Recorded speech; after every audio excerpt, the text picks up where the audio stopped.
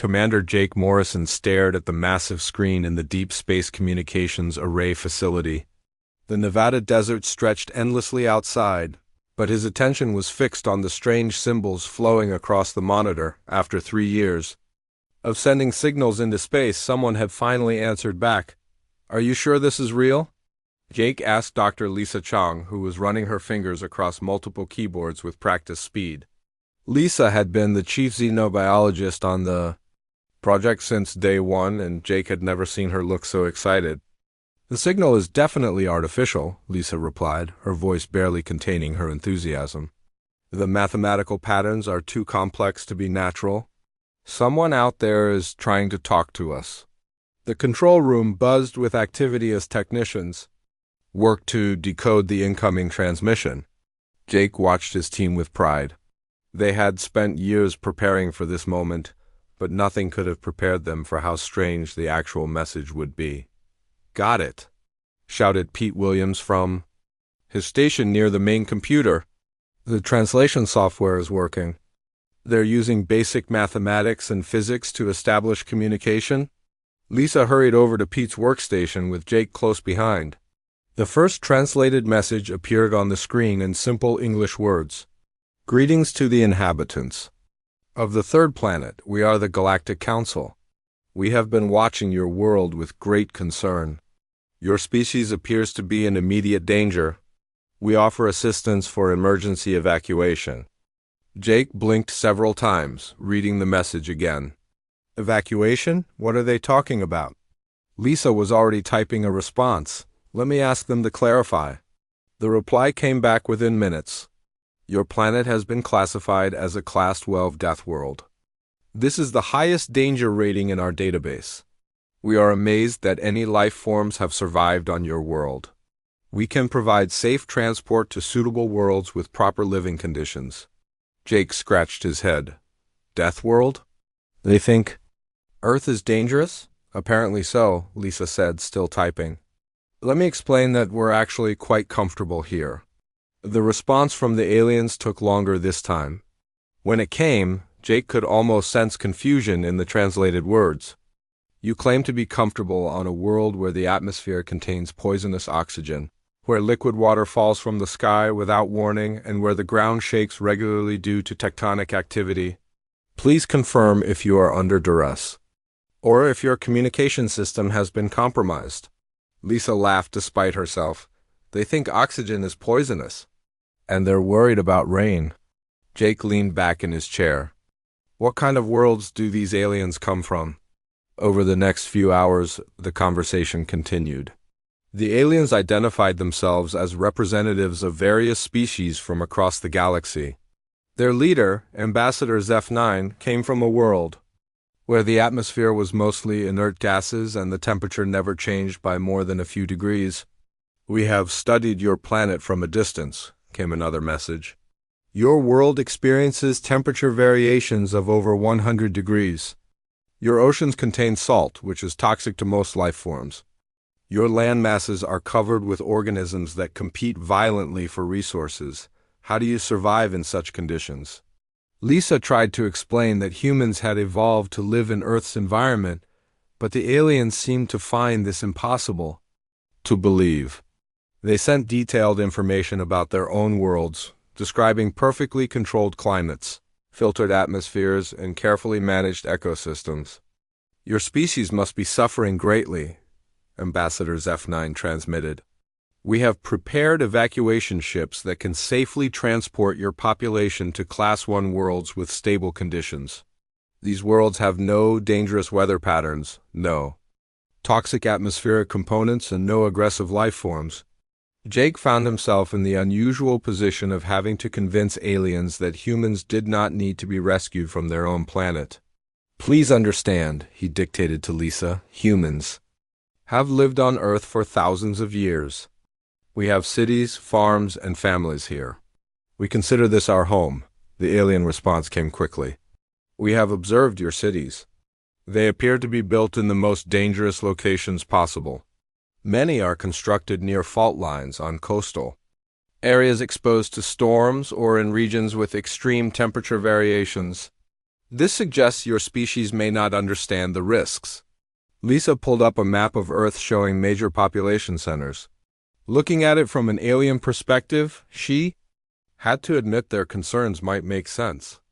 Los Angeles sat on earthquake fault lines, Miami faced hurricanes regularly, and cities like Denver existed at altitudes that might seem extreme to beings from more stable worlds. They have a point, Lisa said quietly to Jake. If I were visiting from a world with no weather and no geological activity, Earth would seem pretty scary. Jake nodded but remained determined. We need to make them understand that we're not just surviving here, we're thriving. The next exchange revealed even more about the vast differences between human and alien perspectives. The aliens sent images of their own worlds, sterile-looking landscapes with uniform lighting, perfectly still bodies of water, and structures that looked more like medical facilities than cities.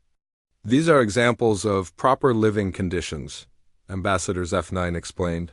Notice the absence of dangerous elements such as uncontrolled fire, unpredictable weather patterns, or competing life forms. Lisa stared at the images. The alien worlds looked incredibly boring to her, but she could see how they might seem safe and comfortable to species that had evolved in such environments. We appreciate your concern, Jake's next message read. But humans have developed technologies and methods to live safely on Earth. We have buildings designed to withstand earthquakes, warning systems for storms, and medical treatments for various conditions. The aliens' response showed their continuing confusion. You have created technologies to fight your own planet? This confirms our assessment that your world is unsuitable for life. Why do you not simply relocate to a safer environment? Jake looked around the control room at his team. Everyone was listening to the conversation now, fascinated by the aliens' perspective. Because this is our home, he said aloud, and Lisa typed his words. We don't see Earth as something to fight against. We see it as something to live with. The changes in weather give us different seasons to enjoy. The diverse environments let us experience many different types of beauty. The challenges make us stronger and more creative. The response from Ambassadors F9 took almost an hour. Your species appears to have developed an unprecedented adaptation to hostile conditions.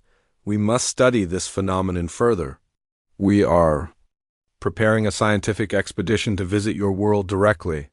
Lisa looked at Jake with raised eyebrows. They want to come here? It appears so, Jake replied. Should we be worried? With the right preparations, we can keep them safe, Lisa said. Though, I'm starting to wonder if we should warn them about what they're getting into. The final message of the day came from the aliens. We will arrive in your solar system in 30 of your Earth days. Please prepare suitable protective facilities for our delegation. We will need complete atmospheric filtration, seismic dampening, and protection from your planet's dangerous solar radiation. Jake authorized the response. We will prepare appropriate accommodations. We look forward to meeting you in person. As the transmission ended, Jake looked out at the desert landscape beyond the facility. The sun was setting, painting the sky in brilliant oranges and purples. A gentle breeze stirred the sand, and somewhere in the distance, a coyote howled. To Jake, it was a beautiful evening on a wonderful planet. To the aliens, it was probably a terrifying combination of deadly radiation, atmospheric instability, and predator activity. This is going to be interesting, Lisa said, echoing his thoughts. Jake nodded, already wondering how they would explain to their alien visitors that Earth was not a prison to be escaped from, but a home to be cherished. The alien ship landed in the Nevada desert exactly 30 days after first contact. Danny Rodriguez watched from the observation deck as the strange vessel touched down with barely a sound. The ship looked like a giant silver egg covered in what appeared to be a thick, protective shell. Danny had been chosen as the alien's human guide because of his experience as a park ranger and his calm personality. Remember, Dr. Lisa Chang said over the radio, they think our planet is extremely dangerous. Try to keep everything as gentle and safe as possible. Danny nodded, checking his equipment one more time.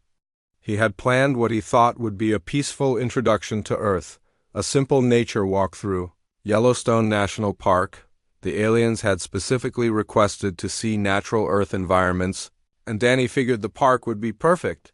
The ship's door opened with a soft hiss, and 3 figures emerged wearing what looked like full-body protective suits. Danny could see them through the clear face shields, and they looked nothing like humans. The first alien was tall and thin with gray skin. The second appeared to be covered in a shell-like material, and the third looked almost like a giant slug with multiple eyes. "Greetings, Human Daniel," came a voice through his communication device. "I am Chief Researcher Quill 7. These are my colleagues, Neth and Vorth Prime.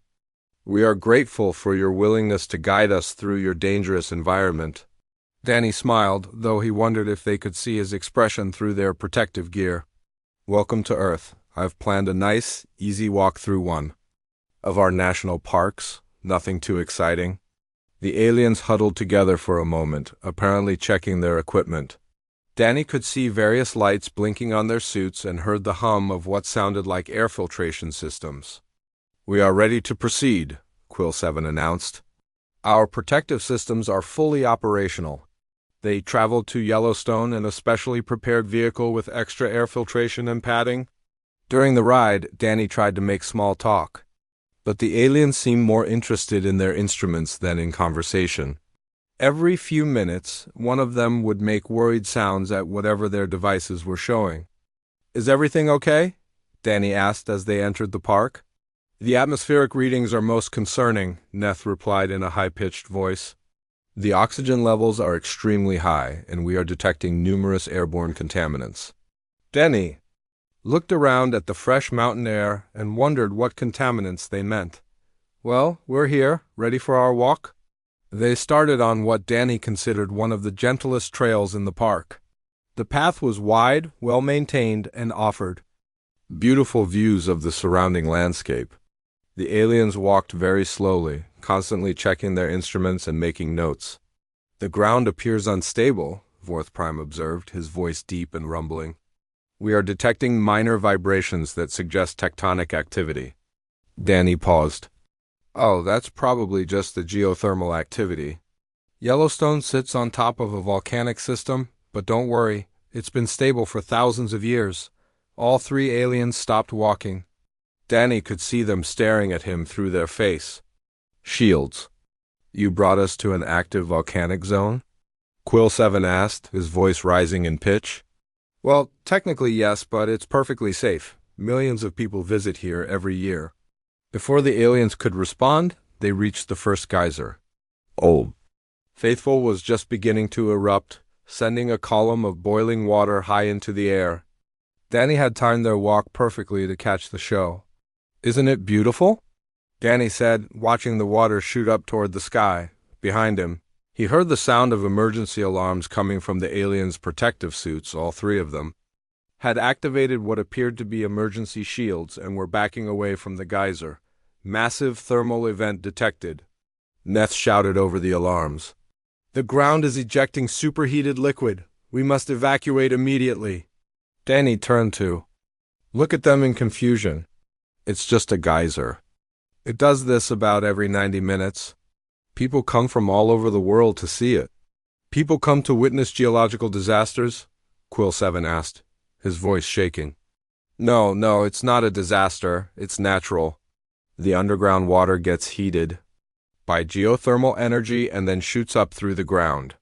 It's completely predictable." The aliens exchanged what Danny assumed were worried glances. Their instruments continued to beep and flash warning lights. "You are telling us that your species enjoys watching superheated water explode from unstable ground?" Vorth Prime asked. "Well, when you put it that way, ... Danny started to say, then stopped. "Yes, I suppose that's exactly what we do." They continued walking, but Danny noticed the aliens stayed much farther back from any geothermal features. Every time they passed a hot spring or steam vent, their emergency systems would activate briefly. "The air contains dangerous levels of sulfur compounds," Neth announced as they walked near some hot springs. "How do you survive breathing these toxic gases?" Danny took a deep breath of what he considered fresh mountain air. "I don't smell anything." "Dangerous. Maybe your instruments are more sensitive than human noses." Your species has developed immunity to atmospheric toxins? Quill 7 asked, making rapid notes. I wouldn't call them toxins, maybe natural minerals. Their peaceful walk was interrupted when they encountered a buffalo grazing near the path. Danny smiled at the sight. It was a magnificent bull, probably weighing close to 2,000 pounds. The animal looked up at them calmly, chewing grass. Suddenly, all three aliens activated what appeared to be emergency force fields. Bright energy barriers surrounded each of them, and Danny could hear automated warnings in their strange language. "What are you doing?" Danny asked. "Massive predator detected." Quill 7 shouted, "Initiating defensive protocols." "That's not a predator." Danny laughed. "That's a buffalo. He's a plant eater. The creature masses approximately 900 kilograms and possesses obvious weapons," Vorth Prime said, pointing at the buffalo's horns. "How do you determine its intentions?" Danny looked at the buffalo, who had gone back to eating grass. "Well, he's not showing any signs of aggression. His head is down, he's eating, and he's not pawing the ground or snorting." "You can read the behavioral patterns of apex predators?" Meth asked in amazement. "Apex predator? He eats grass?" The aliens kept their force fields active until they were well past the buffalo. Danny tried to explain that many large animals on Earth were herbivores, but the aliens seemed to find this impossible to believe. "On your world, massive creatures exist that do not consume other life forms?" Quill 7 asked. "Sure, elephants, rhinos, hippos, many others. Though I guess hippos can be dangerous if you bother them." The aliens spent several minutes updating their notes and recalibrating their instruments. Danny waited patiently, beginning to understand why they found Earth so frightening. As the day continued, every aspect of their walk seemed to alarm the aliens. They were disturbed by the wind, worried about the changing cloud patterns, and deeply concerned about the various birds and small animals they encountered. "Your species coexists with flying creatures?" Neth asked when a hawk soared overhead. Of course, birds are everywhere on Earth. "What prevents them from attacking?" Danny thought about this. "Well, most birds are more afraid of us than we are of them, and we're way too big for most of them to consider us prey." By the end of the day, the aliens had filled several data storage devices with what they called critical survival observations. As they prepared to return to their ship, Quill 7 approached Danny. "Human Daniel, we are most grateful for your guidance today. However, we must ask, do you consider today's activities to be safe and normal?" Danny nodded. "Absolutely. This was just a gentle nature walk. We didn't even see any bears or wolves." All three aliens froze at his words. "There are more dangerous creatures in this area?" Vorth Prime asked. "Well, sure, but they usually avoid people. And the park rangers know how to handle wildlife encounters." Danny could see the aliens having what appeared to be an urgent discussion in their own language. Finally, Quill 7 turned back to him. "We will need to extensively revise our safety protocols before tomorrow's activities." As Danny watched their ship disappear into the evening sky, he wondered what they would think of tomorrow's planned visit to the beach. He made a mental note to warn them about the waves ahead of time. Dr. Kate Phillips stood on the beach in Florida, watching the dark clouds gather on the horizon. The weather forecast had been perfect for today's demonstration. A Category 1 hurricane was approaching the coast, which she considered mild enough to safely show the alien visitors what Earth weather looked like. "Are you sure this is a good idea?" asked Sam Johnson, the meteorologist who had volunteered to help with the weather presentation. He was checking his portable radar unit for the third time in 10 minutes. "It's only a Category 1, Kate replied, adjusting the waterproof housing around her recording equipment. "The winds won't get above 95 miles per hour. The aliens asked to see our weather systems, and this is about as gentle as hurricanes get." Sam nodded, though he still looked worried. "I just hope their protective suits can handle it." The alien ship landed on the beach about a quarter-mile away, and Kate could see the three visitors emerging in their usual protective gear. Even from a distance, she could tell their instruments were already detecting the approaching storm. "Dr. Kate Phillips and Sam Johnson," came Quill 7's voice through the communication device. "We are prepared to observe your atmospheric phenomena." However, our sensors are indicating extremely dangerous conditions approaching. Kate smiled and gestured toward the horizon. That's exactly what we wanted to show you. We call it a hurricane. It's a rotating storm system that forms over warm ocean water. The aliens huddled together, apparently checking their readings. Kate could see their instruments flashing with warning lights. The atmospheric pressure is dropping rapidly, Neth announced, his voice higher than usual. Wind speeds are increasing to levels that would strip the atmosphere from our homeworlds. How strong do winds get on your planets? Sam asked curiously. On my world, wind speeds rarely exceed 5 kilometers per hour, Vorth Prime replied. Anything above 10 kilometers per hour is considered a planetary emergency. Kate and Sam exchanged glances. The current breeze was probably moving at about 15 miles per hour, which would be roughly 24 kilometers per hour. So right now, just this light breeze would be an emergency on your world? Kate asked. This is not a light breeze, Quill 7 said, his voice shaking. Our instruments indicate wind speeds approaching dangerous levels. As they spoke, the first bands of the hurricane began to reach the coast. The wind picked up noticeably, and Kate could feel the familiar excitement that came with storm watching.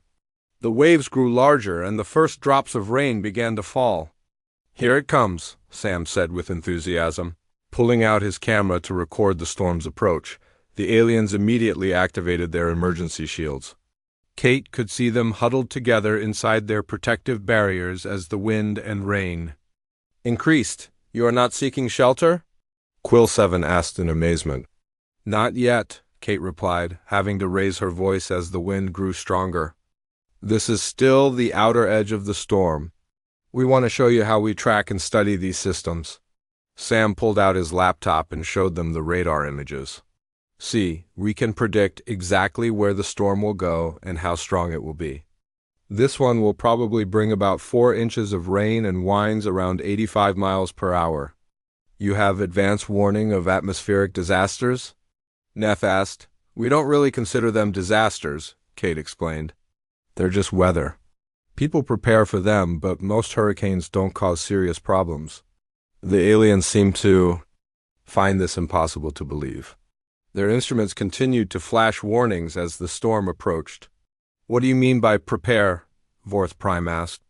Well, people might board up windows, stock up on food and water, or evacuate if they live in flood-prone areas, Sam said. But mostly people just stay inside until it passes. Your species remains on the planet during atmospheric catastrophes? Quill 7 asked. Of course. Where else would we go? The storm was really picking up now. Kate estimated the winds were around 60 miles per hour, and the rain was coming down steadily. She and Sam were getting soaked, but they were both enjoying the experience. This is great, Sam shouted over the wind. The eye wall should pass right over us in about 2 hours. The aliens' emergency systems were now constantly active. Kate could see them struggling to maintain their position against the wind, even inside their protective shields. Perhaps we should move to a more sheltered location, Kate suggested. Noticing their distress, they relocated to a nearby weather station building where Sam had arranged to meet with some of his colleagues. Inside, Kate was surprised to find a small party atmosphere. Several meteorologists were gathered around computer screens, tracking the storm and sharing excited observations. This is Jim and Carol, Sam introduced them to 2 other weather experts. They drove down from Georgia to observe the storm. You traveled toward the atmospheric disaster? Quill 7 asked in disbelief. Storm chasing is a hobby for some people, Jim explained cheerfully. We like to get close to severe weather to study it. Carol nodded enthusiastically. Last month, we followed a tornado system across 3 states. Got some amazing footage. The aliens went completely silent. Kate could see them processing this information through their translators. You voluntarily pursue rotating atmospheric vortices? Neth asked slowly. Sure, Carol replied. Tornadoes are fascinating. The way they form, the power they generate, the patterns they follow. It's incredible to witness. Show them the video from last month, Jim suggested. Carol pulled up footage on her laptop of a massive tornado moving across a field. The funnel cloud was clearly visible, and Kate could hear the excitement in Carol's voice as she narrated what they were seeing. This was an EF3 tornado, Carol explained. Wind speeds around 150 miles per hour. We stayed about a mile away for safety. The aliens' instruments were going crazy just from watching the video. Their emergency systems activated again, even though they were only looking at recorded images. Your species creates visual records of these phenomena? Vorth Prime asked. Of course, Sam replied. How else would we study them? Kate decided to show them some of the more extreme examples of human weather-related activities. She pulled up videos on her tablet of people surfing during storms, skiing in blizzards, and even wingsuit flying in high winds. This is what we call extreme sports, Kate explained. Some people enjoy challenging themselves against natural forces. The footage showed surfers riding massive waves generated by offshore storms. The aliens watched in what Kate could only describe as horrified fascination. These humans are deliberately placing themselves in the path of destructive water forces, Quill 7 observed. They're having fun, Kate said simply. Next, she showed them footage of people skiing down mountains during snowstorms, and videos of base jumpers leaping from cliffs in windy conditions. Do these activities serve a survival purpose? Neff asked. Not really, Kate admitted. People do them for enjoyment, for the challenge, or just for the thrill. The aliens spent several minutes in what appeared to be intense discussion in their own language. Finally, Quill 7 turned back to the humans. We are beginning to understand that your species has a fundamentally different relationship with atmospheric phenomena than any life form we have previously encountered. Outside, the hurricane was reaching its peak intensity. The wind howled against the building, and Kate could see trees bending dramatically in the gusts. Rain lashed against the windows, and the sound was almost deafening. This is the eye wall. Approaching, Sam announced excitedly. The most intense part of the storm. The aliens watched through the windows as the hurricane demonstrated its full power. Trees swayed violently, debris flew through the air, and the rain fell in sheets so thick it was hard to see more than a few feet. Your building is surviving. This assault, Vorth Prime noted with surprise. Buildings here are designed for hurricanes, Kate explained. This is actually a relatively mild storm for this area. Mild? Quill 7 repeated. Category 1 is the weakest level of hurricane, Sam sighed. We've recorded storms with winds over 200 miles per hour. The aliens fell silent again.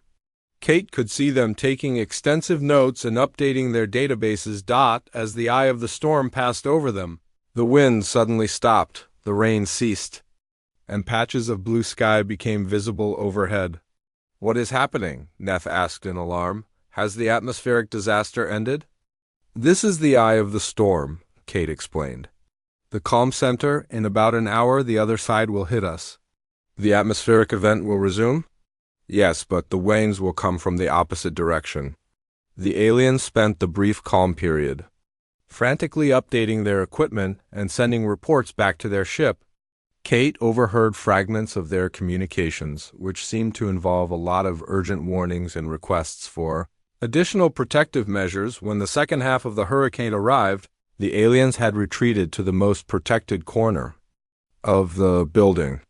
They watched in amazement as Kate and Sam continued their observations, seemingly unconcerned by the renewed violence of the storm. Your species treats planetary atmospheric chaos as a routine occurrence, Quill 7 observed. Pretty much, Kate agreed. Though we do take precautions for the really big storms. What constitutes a really big storm by your standards? Kate thought about this. Category 4 or 5 hurricanes can be genuinely dangerous. Those we take very seriously. Dr. Ryan Adams checked his medical bag one more time before the aliens arrived at the veterinary clinic. He had prepared what he thought would be a gentle introduction to Earth's animal life, starting with some of the most harmless creatures. He could think of domestic dogs and cats. Remember, they've never seen animals that live with humans, said Maria Santos. The wilderness survival expert who had volunteered to help with today's demonstration. We should probably start very slowly, Ryan nodded, looking at the golden retriever lying peacefully on the examination table. Max here is about as friendly as dogs get. If they can't handle him, we're in trouble. The alien ship landed in the parking lot of the clinic, and the three visitors emerged in their usual protective gear. Ryan noticed they had additional equipment. Today, including what looked like enhanced scanning devices. Dr. Ryan Adams and Maria Santos, came Quill 7's voice through the communication system. We are prepared to observe your planet's biological specimens. However, we must warn you that our scans indicate the presence of multiple life forms with significant physical capabilities. Ryan smiled and gestured toward the clinic. Those would be our animal friends. We've prepared some very gentle examples for you to meet. The aliens moved cautiously into the building, their instruments constantly scanning the environment. When they entered the main examination room and saw Max lying on the table, all three of them immediately activated their protective shields. Apex predator detected, Fourth Prime announced. The creature possesses obvious weapons and appears to be in an attack posture. Ryan looked at Max, who was lying on his side with his tongue hanging out, tail wagging slowly. That's just Max. He's a golden retriever. He's probably one of the friendliest dogs in the state. The creature is displaying its dental weaponry, Neth observed, pointing at Max's visible teeth. He's panting because he's happy to see new people, Ryan explained. Dogs pant when they're excited or warm. And yes, they have teeth, but Max has never bitten anyone in his entire life. You claim this carnivore has never attacked? Quill 7 asked skeptically. Max isn't really a carnivore, Ryan said. I mean, dogs can eat meat, but Max mostly eats dog food made from grains and vegetables with some meat mixed in. The aliens seemed to find this information disturbing rather than reassuring. The predator consumes processed nutrition? Neth asked. Sure, lots of dogs eat commercial dog food.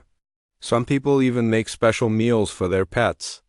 Ryan approached Max and began a routine examination, checking his ears and teeth while the dog remained perfectly calm.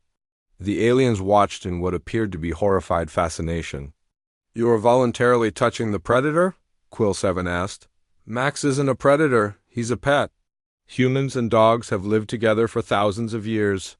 Your species forms alliances with carnivorous creatures? Well, I wouldn't call it an alliance exactly. More like friendship.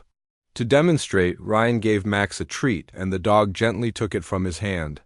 The aliens' instruments went wild at this display of what they apparently interpreted as feeding.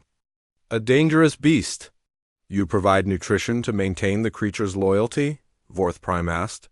I give him treats because he's a good boy, Ryan said, scratching behind Max's ears. The dog's tail wagged harder, and he made a happy whining sound. The creature is vocalizing. Is this a threat display? No, he's just happy. Dogs make different sounds to communicate. Barking, whining, growling, they all mean different things. Maria decided to bring in an even more harmless example. She returned with a small tabby cat named Whiskers, who immediately began purring when she picked him up. This is a cat, Maria explained. They're another common pet. The aliens reacted even more strongly to Whiskers than they had to Max. Their emergency systems activated, and they backed away from Maria. The smaller creature possesses retractable claws and is producing a threatening vibration, Quill 7 announced. He's, purring, Maria laughed. It means he's content. And yes, cats have claws, but Whiskers is declawed. Besides, he's incredibly gentle. You have removed the creature's natural weapons. Some people do that, though it's not always necessary. Cats usually only use their claws for climbing or self-defense. Ryan decided to demonstrate the relationship between humans and pets more clearly. He called Max down from the table, and the dog obediently sat beside him. Watch this, Ryan said. Max, shake hands. Max lifted his paw, and Ryan gently shook it. The aliens' instruments recorded what they apparently interpreted as some kind of combat ritual. You are engaging in physical contact protocols with the predator? Neth asked. It's just a trick. Dogs can learn to do lots of things. Max, lie down. Max immediately dropped to the floor and rolled onto his back, exposing his belly. The aliens seem to interpret this as a surrender posture. The creature has assumed a defensive position, Vorth Prime observed. No, he wants his belly rubbed. Dogs do this when they trust you completely. Ryan knelt down and rubbed Max's belly, causing the dog to wiggle happily and make pleased noises. The aliens took extensive notes on what they clearly saw as bizarre human-animal interaction protocols. Maria decided to introduce them to some of the relationships humans had with larger animals. She showed them video footage of people working with horses, riding elephants, and swimming with dolphins. Humans collaborate with megafauna? Quill 7 asked in amazement. Horses have been our partners for thousands of years, Maria explained. They help us travel, work on farms, and some people ride them for fun. The video showed people riding horses at full gallop, jumping over obstacles, and performing complex maneuvers. Your species mounts these creatures and allows them to carry you at high speeds? Absolutely. Some people compete in horse races or jumping competitions. What prevents the creatures from throwing you off or attacking you? Training, trust, and partnership, Maria said. Horses are intelligent animals. When they're treated well, they work willingly with humans.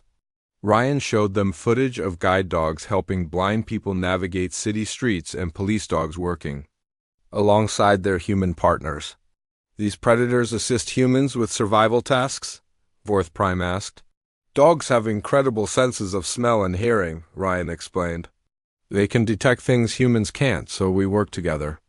The aliens seemed particularly disturbed by footage of people swimming with dolphins and working with whales in marine parks. You enter the water with aquatic megafauna? Neth asked. Dolphins are very intelligent, Maria said. They seem to enjoy interacting with humans. Some people even claim dolphins have saved human lives. The aquatic creatures rescue humans from drowning. There are stories of dolphins pushing people to shore or protecting them from sharks. At the mention of sharks, the aliens' emergency systems activated again. Your oceans contain additional predators? Maria realized she probably shouldn't have mentioned sharks, but it was too late now. Well, yes, but shark attacks on humans are extremely rare. You're more likely to be struck by lightning than attacked by a shark. Your atmosphere produces electrical attacks? Ryan quickly intervened before Maria could explain lightning strikes. Let's focus on pets for now. He brought out a small hamster in a clear cage. The tiny animal was running on a wheel, completely absorbed in its exercise. This is a hamster. They're very small pets that some people keep? You maintain even smaller predators in captivity, Quill 7 asked. Hamsters aren't predators. They mostly eat seeds and vegetables. What purpose do these micro creatures serve? Ryan thought about this. Companionship, mostly. Some people find them cute and enjoy watching them. Your species keeps biological specimens purely for aesthetic appreciation? I guess you could put it that way. Maria decided to share some of her wilderness experiences. She showed them photos from her survival training, including pictures of her tracking animals in forests and camping near wild animal habitats. You voluntarily enter territories controlled by wild predators? Vorth Prime asked. Most wild animals avoid humans, Maria explained. I've spent weeks in forests and mountains without any dangerous encounters. But surely you carry weapons for protection. Sometimes I carry bear spray, but I've never had to use it. Understanding animal behavior is usually enough to stay safe. She showed them a photo of herself standing near a deer that had wandered into her campsite. This creature approached your shelter voluntarily? Deer are curious and not very afraid of humans. This one was probably looking for food. You did not flee when the creature approached? Why would I? Deer are herbivores. They're more afraid of me than I am of them. The aliens spent several minutes discussing this information in their own language. Finally, Quill 7 turned back to the humans. We are beginning to understand that your species has developed unprecedented relationships with other life forms. This suggests either remarkable evolution or extremely sophisticated domestication techniques, Ryan smiled. Maybe a little of both. As the day ended, the aliens had observed humans interacting peacefully with a variety of animals that they clearly considered dangerous predators. Their notes now included observations about interspecies cooperation that apparently had no equivalent in their experience. "Tomorrow, we would like to observe your nutritional systems," Quill 7 announced as they prepared to leave. "You mean our food?" Maria asked. "The substances your species consumes for survival." Chef Tony Miller arranged fresh ingredients on the kitchen counter, trying to decide what would be the gentlest introduction to human food for the alien visitors. Dr. Amy Foster, the food scientist helping with the demonstration, had suggested, starting with bread and cheese, foods she considered completely harmless.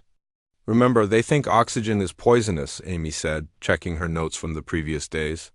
"They're probably going to find our food pretty shocking no matter what we choose." Tony nodded, looking at the simple meal he had prepared. Fresh bread, mild cheese, some fruit, and water. This is about as basic as human food gets. If they can't handle this, we're in real trouble. The alien ship landed behind the community center where Tony had set up his demonstration kitchen. The three visitors emerged in their protective suits, but Tony noticed they had even more equipment today, including what looked like advanced chemical analysis devices. "Chef Tony Miller and Dr. Amy Foster," came Quill 7's voice through the communication system. "We are prepared to observe your nutritional consumption processes. However, we must warn you that our scans indicate the presence of numerous potentially toxic organic compounds." "That would be the food," Tony said cheerfully. "We've prepared some very mild examples of what humans eat."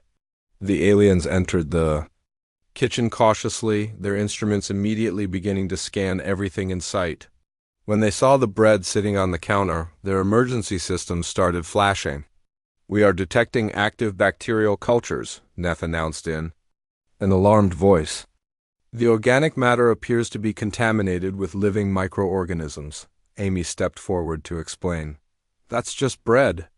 The bacteria you're detecting are yeast cultures that we use to make the bread rise. They're completely harmless." "You deliberately introduce bacterial contamination into your nutrition?" Vorth Prime asked. "Well, when you put it that way, it sounds bad," Tony admitted, "but yeast is safe. People have been using it to make bread for thousands of years." "Your species consumes living microorganisms?" "The yeast mostly dies during the baking process," Amy explained, "though some fermented foods do contain living cultures." The aliens huddled together, apparently discussing this information. Tony could hear worried sounds coming from their translators. "Perhaps we should demonstrate the process," Amy suggested. She pulled out some flour, water, and yeast to show how bread was made. "This is flour, which comes from ground wheat," she explained, mixing the ingredients. "We add water and yeast, then let the mixture ferment." "Fermentation is a controlled bacterial process," Tony added. "The yeast eats the sugars in the flour and produces carbon dioxide gas, which makes the bread fluffy." The aliens' instruments went crazy as Amy mixed the ingredients. Their emergency systems activated when the yeast began to work and the dough started to rise. "The bacterial contamination is spreading," Quill 7 observed. "Should we initiate containment?" "Protocols? No, this is normal," Tony laughed. "Look, I'll show you the finished product." He cut a slice of the bread he had prepared earlier and took a bite. The aliens watched in what appeared to be horrified fascination. "You are consuming the bacterial byproducts?" Neff asked. "It's just bread," Tony said, chewing happily. "Want to try some?" All three aliens backed away from the offered slice. "We will observe only," Quill 7 said quickly. Amy decided to move on to cheese, thinking it might seem safer. She pulled out a wheel of mild cheddar and began to cut it. "This is cheese," she explained. "It's made from milk that has been fermented and aged." "More bacterial fermentation?" Vorth Prime asked. "Yes, but controlled fermentation. We use specific bacteria cultures to create different types of cheese." The aliens seemed even more disturbed by the cheese than they had been by the bread. Their instruments detected the complex bacterial colonies that gave cheese its flavor and texture. The fermentation process creates natural preservatives, Amy continued. Some cheeses are aged for years. You store contaminated organic matter for extended periods before consumption? Quill 7 asked. That's one way to look at it, Tony said. But aged cheese is considered a delicacy. The longer it ages, the more complex the flavor becomes. He cut himself a piece of cheese and ate it, causing the aliens to take more detailed scans of his biological functions.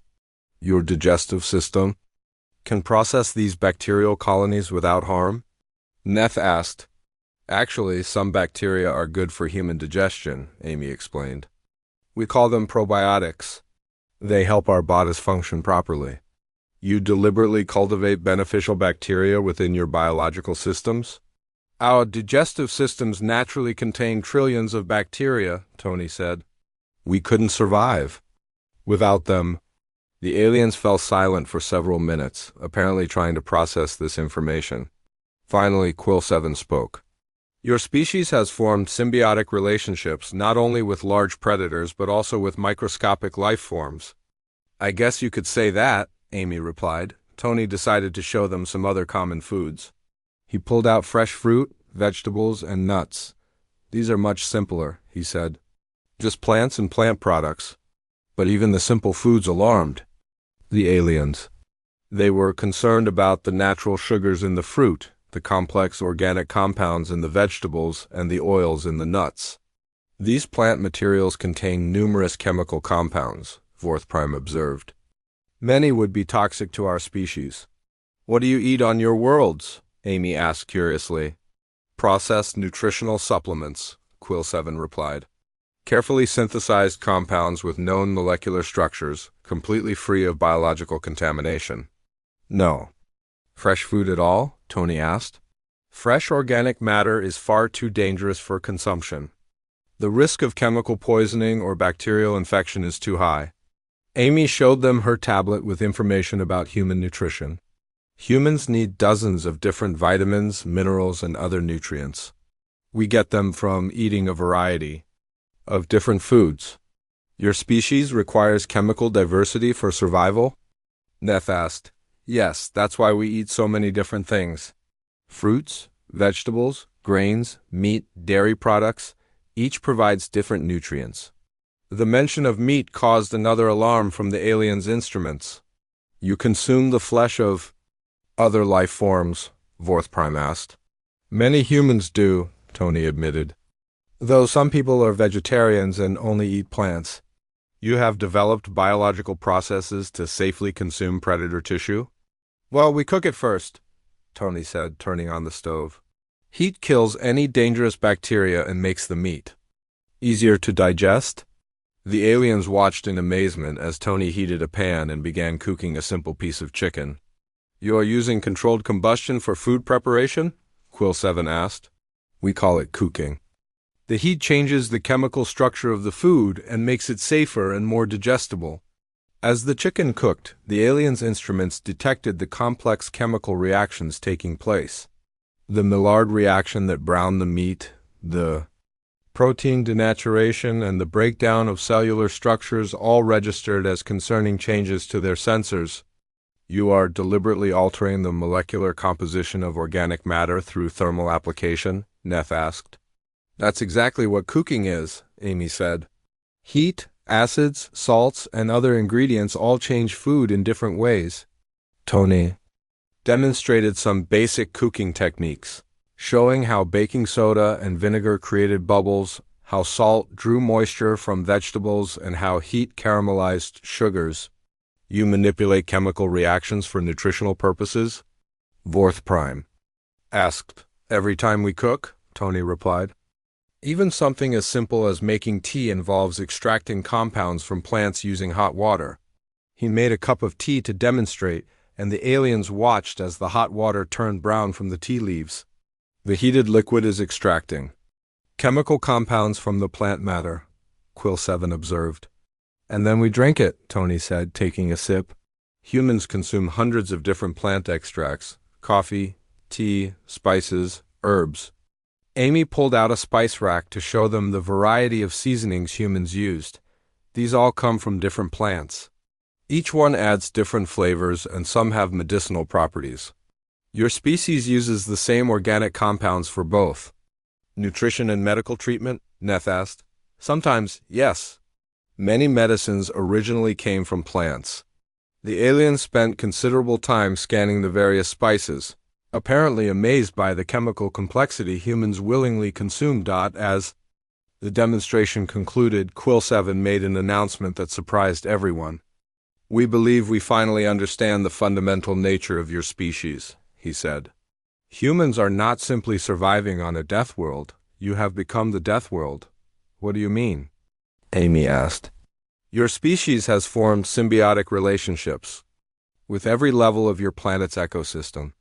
You work with predators, cultivate bacteria, consume toxic compounds, and manipulate dangerous chemical processes. You have not conquered your environment. You have become part of it. Tony and Amy looked at each other, realizing the aliens had reached a profound understanding. We will be updating Earth's classification in our database, Vorth Prime announced. Your world will no longer be listed as a Class 12 death world. What will you classify it as? Amy asked. Symbiotic Adaptation Planet, Quill 7 replied, with a recommendation that humans be consulted for all future death world exploration missions. 6. Months later, Tony received a message that made him smile.